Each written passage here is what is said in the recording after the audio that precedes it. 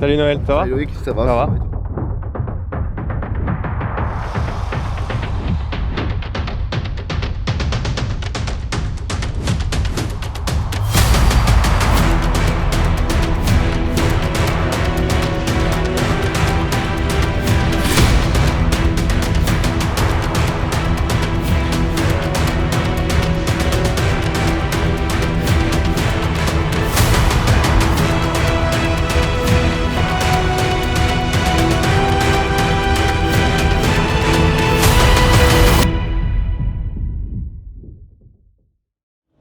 Donc Loïc, on est maintenant là à l'usine pour voir un petit peu ce qui s'y passe. Donc en gros les bennes pelles quand elles arrivent, les chauffeurs ils les détachent, ils les découvrent ici, et donc ils les mettent à ventiler dans le but qu'on garde une qualité et que c'est pas le temps de faire monter. Quoi. Ok, mais ça se sèche pas ici. C'est l'endroit où ça ventile pour les conserver. Quoi. Pas ça marche comment Alors c'est tout simplement une gaine.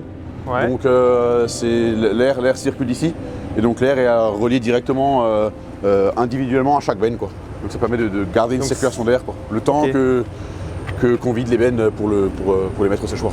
Ok, donc l'étape d'après c'est d'aller rentrer ça dans le séchoir. C'est ça, de voir le tri et le séchoir. Ouais. Ok. Alors ouais, on est là pour l'étape d'après, donc on a la chance, le camion vient juste de laisser la place. Ouais. Donc les bennes sont vidées dans le fond mouvant, et donc dans le but de les faire tomber, donc que le convoyeur les emmène jusqu'en haut dans les effeuilleuses.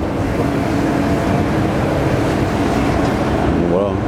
Ça c'est le maïs qu'on a fait ce matin? C'est celui qu'on a fait ce matin. Donc tu as la chance, tu vois ce que tu as vu ce matin au champ, tu as la chance de voir le traitement ici, comment on s'en occupe, comment on les bichonne. C'est quoi la variété déjà? C'est de la Maroc. C'est de la Maroc, c'est ça. Ok. Ouais, donc là on est en dessous du fond mouvant, donc c'est là que les épis tombent et sont au début du convoyeur qui vont les emmener jusqu'aux effeuilleuses. Quoi. Ouais. C'est ça les trois? C'est là les trois effeuilleuses. Donc on a des bras mobiles qui permettent de répartir un peu les épis entre les trois effeuilleuses pour que ce soit plus ou moins équilibré. Quoi. Que ce soit gavé en même temps. C'est ça. Donc après on a en bas les tapis qui après permettent de régler en fait la vitesse et l'écoulement des épis sur les effeuilleuses qui sont situées en bas. Quoi. Donc si tu veux voir les effeuilleuses, il faudra juste qu'on descende et on va voir comment les épis sont en fait enlevés de leur feuillage. Quoi. Bon, après le débit il est super variable selon les variétés, forcément.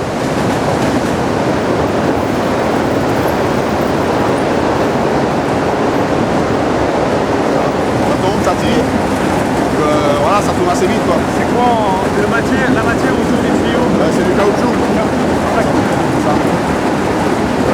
On voit bien, il y a des tiges, des pédoncules et des feuilles. Après il faut faire gaffe parce qu'il y a les soies qui s'enroulent autour des rouleaux. On peut bloquer la machine.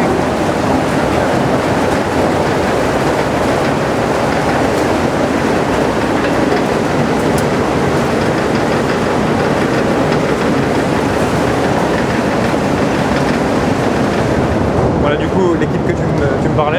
C'est ça. Donc une fois les épis effeuillés, ils arrivent ici. Ouais. Donc c'est là que on va dire on peut enlever vraiment maintenant les mauvais épis, s'il y a des orties, c'est ce que je disais avant, des choses pourries quoi. Et donc dans le but que ce soit le plus propre possible au séchoir qu'on verra après. Okay. Voilà, il ne faut pas qu'il reste des feuilles parce que voilà, il peut y avoir un peu d'humidité résiduelle quoi. Donc ouais, donc en résumé très rapide parce qu'il y avait beaucoup de bruit tout à l'heure, ça arrive en haut, il y a les trois trémies, selon pour toujours être gavé. C'est tiré par les petits rouleaux qu'on va voir dans les images en caoutchouc. Ouais. Ça tire le plus gros, les feuilles, tout ça, et après ça vient de finir avec l'équipe. C'est ça, exactement ça. Okay. De manière très résumée, c'est ça. Et après ça monte du coup, et on va aller au séchoir. On monte au convoyeur et donc on peut monter au séchoir. C'est parti. Là on est en haut sur la plateforme au niveau du séchoir. Ça se sent. Ouais, il y a une bonne petite chaleur, une bonne petite odeur. On va pas rester longtemps ici. Ouais, non, c'est clair, c'est vite chaud. Donc ouais, ça arrive simplement sur un tapis là. C'est ça, tout simplement, ça reste sur un tapis. Et le tapis va après emmener les épis dans les différentes cellules quoi. Okay. Pour les mettre à sécher, donc à ventiler pour vraiment là au cœur du séchage. Voilà, donc bon, tu vois, hein, c'est ici là sur le tapis que les épis arrivent. Ouais. Donc voilà, et donc on a un ouvrier qui après regarde que les cellules se remplissent bien, que la hauteur de chute, si elle est un peu trop importante, ils font en sorte que les épis soient vraiment déposés le plus calmement dans les cellules de séchage, tout simplement. Et du coup, là, c'est quoi en capacité sur les cellules? Alors il y a des cellules de 25 tonnes et des cellules de 50 tonnes. Donc pour en parler en bennes, 50 tonnes, on a à peu près 5 bennes dedans. Et dans celui de 25, on met la moitié, quoi, grosso modo. Donc ça permet les petites cellules de finir des contrats à la fin. Quand il ne reste plus beaucoup pour mettre, on peut juste condamner une cellule de 25 plutôt que condamner une de 50. Et pourquoi, là, comme ici, il y en a des ouvertes et des pas ouvertes? Alors, tout simplement, les cellules ouvertes, c'est celles qui sont en cours de séchage. Ouais. Donc tu sens là qu'il y a l'air qui arrive. Quand on est en début de cycle, l'air arrive par en bas, souffle. Donc ça brasse l'air et donc on a l'air chaud. Oui, l'air arrive par le bas et transperce par de bas en haut. C'est ça. L'air chaud traverse les épis pour les sécher. Et ceux qui sont fermés? Et ceux qui sont fermés, c'est que la cellule en général est déjà sèche. Ou alors qu'il n'y a rien dedans. Ok. Et donc là, tout simplement. C'est ça. Tout simplement, c'est là que les épis tombent pour remplir la cellule, quoi. Donc, très simple. Et donc après, c'est parti pour grosso modo 72 heures de séchage. 72 heures, ouais. Et c'est déjà bien trié quand même. Oui.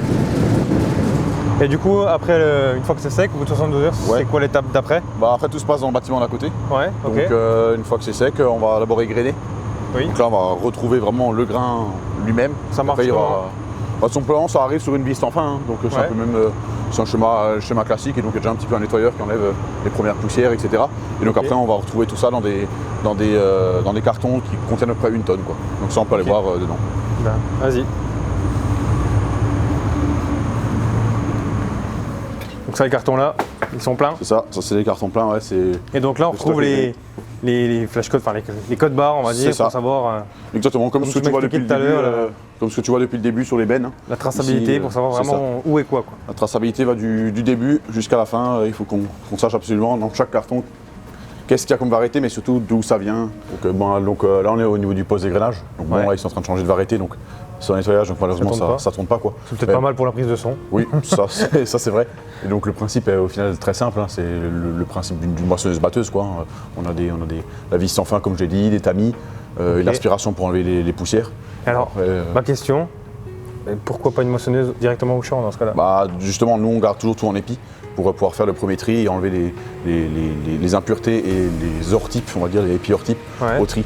On ne pourrait pas trier grain après grain, quoi. Aujourd'hui, on trie en épi et seulement une fois que c'est trié, on retrouve le produit. Il y a vraiment moyen de trier qu'à l'épi, au grain, grain par grain. Non, aujourd'hui non. Même en tri, même optique, tout ça pourrait pas. Ça sera pour plus tard, mais le tri de pureté, il se fait uniquement en épi. Ok, uniquement en épi. Ok. Donc ça arrive là-haut. Du coup, la mise en. C'est ça. Ça arrive dans un boisseau qui se remplit. Et donc après, on active la sortie directement dans les octavines. Ok. Grosso modo, c'est ce que je disais, à peu près 1 tonne. Et donc il y a à chaque fois les prises d'échantillons qui sont de manière régulière pour après être analysées au laboratoire, quoi. Donc là, du coup, après, c'est stocké. C'est ça. C'est stocké. Les octavines égrenées sont stockées. Et donc là, tu vois, juste devant, ça sera la suite. Donc au niveau du calibrage, je suis justement en train de préparer toute la chaîne. Ok. Ça ressemble beaucoup à ce que j'avais vu à l'Ivenagro en Espagne. C'est ça. Un peu dans la même idée. Ouais. On retrouve en général les mêmes types de machines entre les entreprises. Donc ça sera d'ici une quinzaine de jours, un mois. Donc on pourra se retrouver là pour. Ici, là, regarde, je vais mettre la croix. Je vais mettre la petite trace. On se retrouvera. Ça marche, pas de souci pour finaliser tout ça. Ça marche, impeccable. Ok. Merci bien. À bientôt. Salut.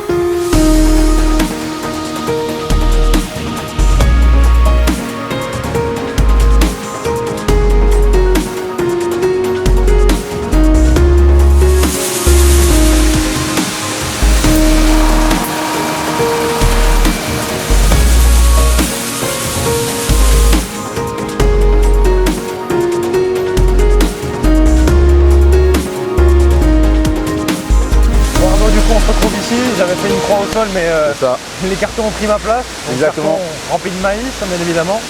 L'usine, ça a bien changé. De dehors, il n'y a plus rien. Il n'y a plus d'activité en dehors de l'usine. Tout est à fond à l'intérieur. C'est ça. Aujourd'hui, on se retrouve pour tout ce qui est tri, criblage, ensachage, tout ça. Donc, je vais te laisser un peu nous expliquer comment ça se passe, faire un peu le tour ensemble. Voilà, ce sont de derrière, là, tu as une vue sur tout l'atelier de calibrage. C'est pas compliqué, hein. Ce qu'on a vu la dernière fois qui sont juste des grains tout simplement égrenés sont ici à l'entrée.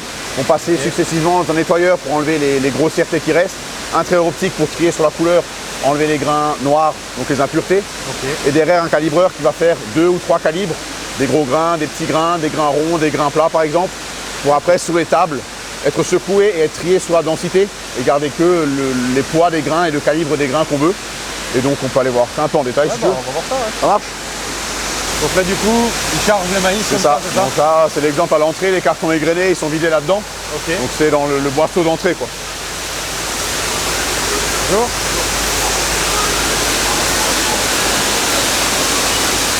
Donc là, Loïc, on peut en profiter de la pause de l'équipe qui est sur le calibrage. Ouais. Il y a un peu moins de bruit. Je pense que ça aurait été galère. Parce que, c'est saturation. c'est mi-flou.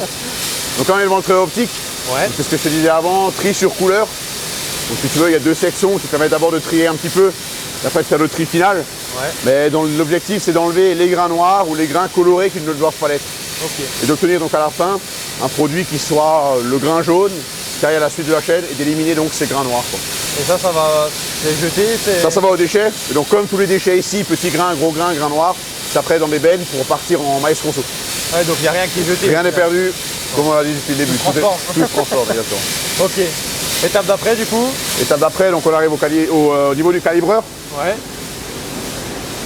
Donc c'est le calibreur, c'est lui qui va faire les différents calibres. Ok. Donc tout ce qui vient de l'extérieur optique arrive ici, et donc ça va sortir en 2 ou 3 calibres, selon ce que veut le semencier, quoi. Donc on peut avoir soit des petits grains et des gros grains, on peut aussi avoir des petits grains et des gros grains qui vont être plats, des gros grains qui vont être ronds. 2 ou 3 calibres comme dit, et chacun de ces calibres vont après aller sur une table densimétrique qui est là-bas.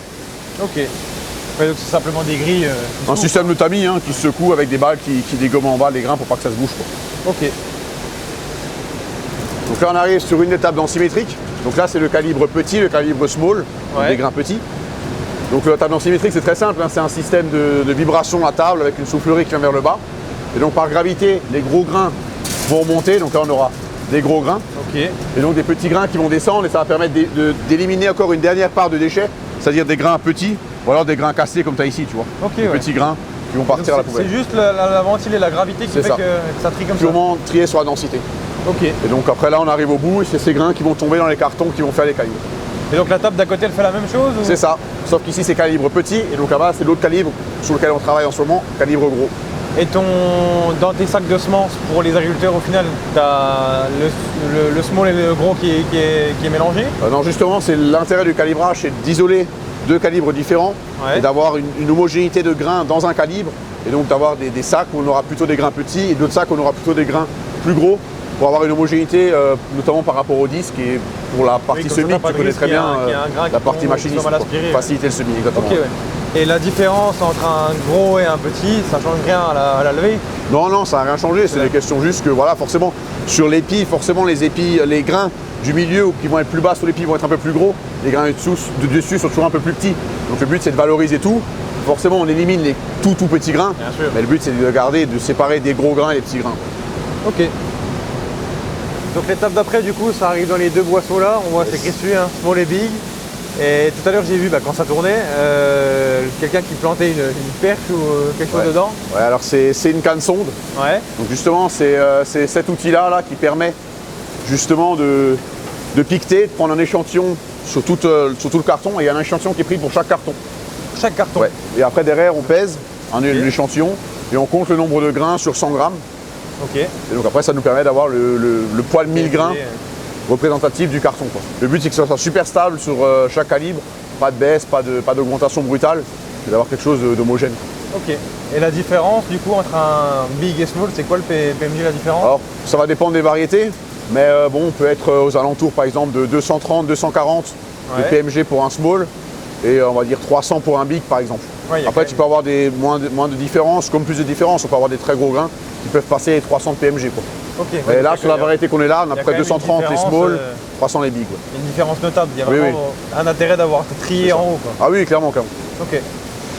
Donc là du coup, l'étape d'après, donc ils sont stockés et quand la partie en sachage est prête, les cartons ici sont remis pour attaquer du coup la partie en sachage. C'est ça. Et donc là-dedans on a vraiment le maïs de même gabarit, de même taille.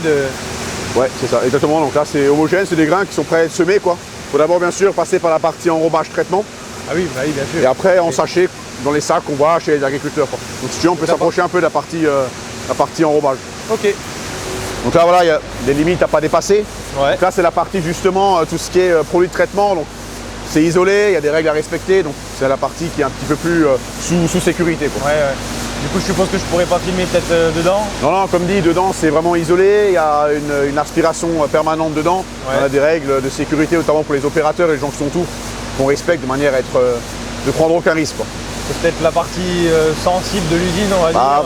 C'est toujours un peu l'image que ça donne, mais aujourd'hui on est en train de faire de l'ensachage pour KWS. Ouais. Et il y a Romain Profi qui travaille chez KWS qui est là, et notamment la société UPL aussi, qui s'occupe de tout ce qui est enrobage qui est ici. Donc eux, ils pourront un petit peu t'expliquer toute cette partie-là et montrer que c'est peut-être pas forcément l'image que ça veut bien, parce qu'on faire sortir. n'a toujours pas une bonne image de cette couleur rouge là, donc parce qu'on peut en parler. Il n'y a pas de souci, on va aller chercher, ça marche.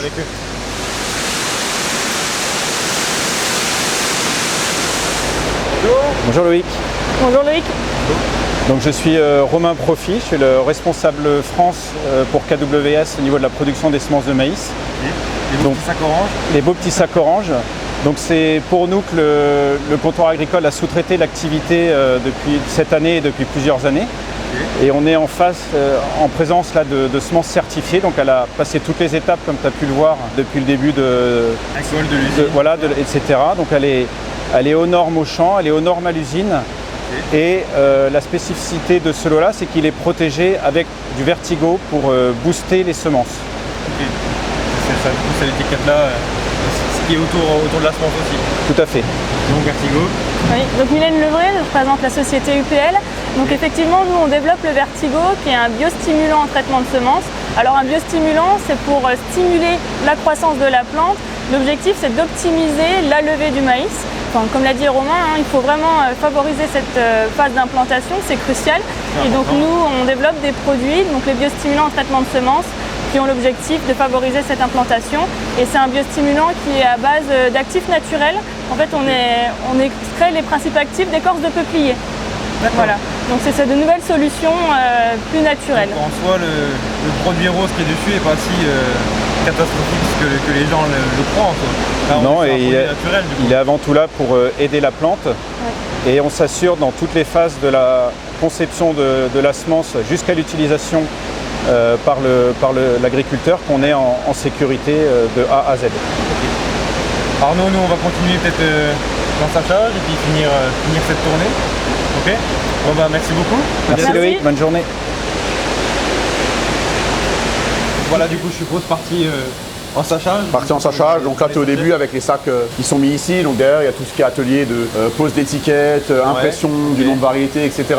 Et donc après derrière ça sera donc on aura les grains qui vont tomber dans les sacs. Et donc après la suite avec la montée jusqu'à la palettisation quoi. Donc tout est automatisé, les sacs vont automatiquement sur les palettes et derrière les palettes sont automatiquement filmées quoi. Donc c'est une chaîne qui est ultra automatisée quoi. Ah ouais, ok, impressionnant.